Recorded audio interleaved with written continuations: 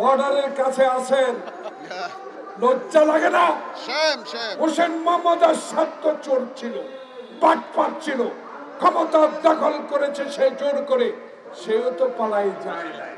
শেখ হাসিনা ভারতের করদে রাজ্য বানাবার যে ষড়যন্ত্রে আপনি লিপ্ত ছিলেন, বাংলাদেশের ছাত্র জনতার বুকের রক্ত ঢেলে দিয়ে সে আশা আপনার চূর্ণ বিচ্ছিন্ন করে দিয়েছে বাংলাদেশের মানুষ।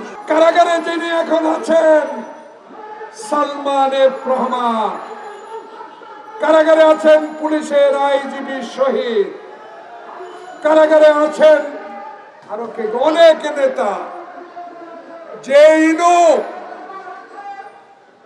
যে রাশেদ খান মেনন বাংলাদেশের সংবিধান, বাংলাদেশের সকল প্রতিষ্ঠা ধ্বংস করে দেওয়ার জন্য শেখ হাসিনাকে সব সময় সহযোগিতা দিয়েছেন, তারাও এখন জেলে। বাংলাদেশের রুহুল কবির রিজভী আহমদ মাটিতে শুয়ে থাকছিল জেলখানায়, আর এখন সালমান এফ রহমান নাকি তার রুমের মধ্যে এসি লাগাইছে। সালমান এফ রহমানের খাওয়া নাকি গুলশান থেকে যায়। আর 16 বছরে বিএনপির মির্জা ফখরুল ইসলাম আলমগীর সহ অসংখ্য নেতা কর্মীরা জেলখানায় যে নির্যাতনের শিকার হয়েছে সেটা জনগণ মনে করিয়ে দেয় আপনাকে জনাব স্বরাষ্ট্র উপদেষ্টা।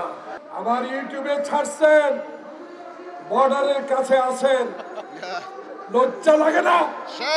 হোসেন মোহাম্মদ এরশাদ তো চোর ছিল, বাটপার ছিল, ক্ষমতা দখল করেছে সে জোর করে, সেও তো পালাই যায় না।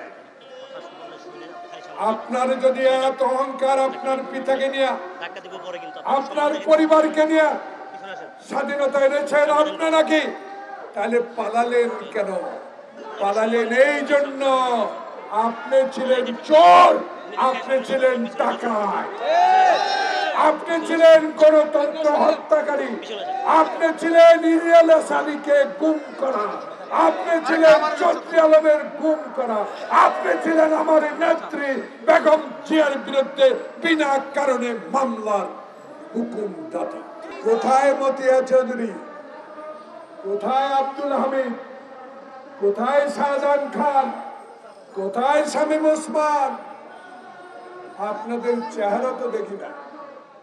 পালাইছেন না বাংলাদেশে আছেন, এটা আমার বিষয় না। কদিন পালায় থাকবেন? তত্ত্বাবধায়ক ইন্টারিয়াম গভর্নমেন্ট সময় মতো ইনশাল্লাহ নির্বাচন দিবে।